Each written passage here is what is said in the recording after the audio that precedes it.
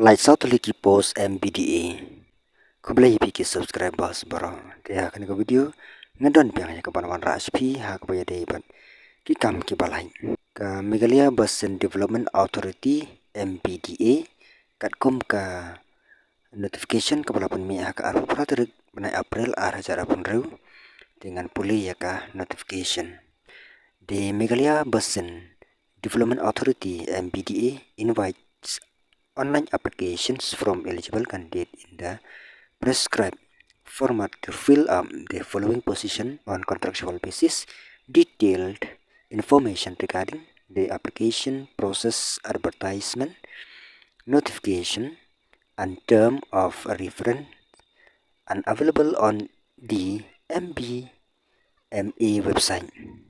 Ketika office MBDA ka khot online application ya ki eligible candidate ban pendap ya ki post ki balai berkita ki post contractual basis te matatungnya page kita ki post serial number banengkong position technical expert te ki kadan puli ban apply kan long ki candidate ki ban pendap ya ka graduate lane postgraduate in civil electrical mechanical environmental electronic engineering or instrumentation or renewable or sustainable energy.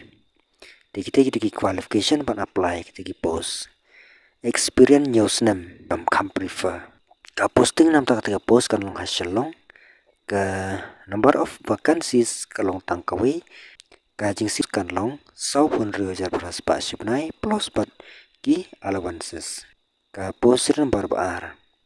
Kada ka post jong ka technical assistant. Ki candidate kita ban pendap ya ka graduate lane postgraduate in electrical engineering hak bede ban kene ka post. Ka experience lakum no minimum sansnam. Ka place of posting no atura ka number of post kanong kawi marka jingsiu kanong live kanai hajar sibnai plus bat ka allowances.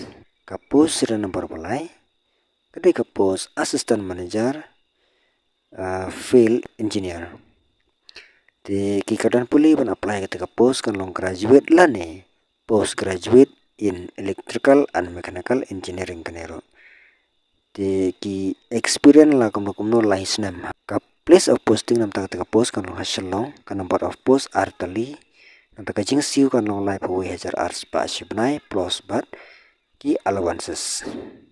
Jika candidate ban apply ketika post lakum no kita bandon ya ka skill hak bede bat ka komputer. Ka age limit ban apply adu 100% nam karta. Dasya ban apply. Te kumno ban apply ketika candidate kidan kamban pendap ya ki application form lengba ka link. Katar bakadu ban apply kan long hak pra tergi jong ban mi arah jarak riu hadu kapor san beje janmen.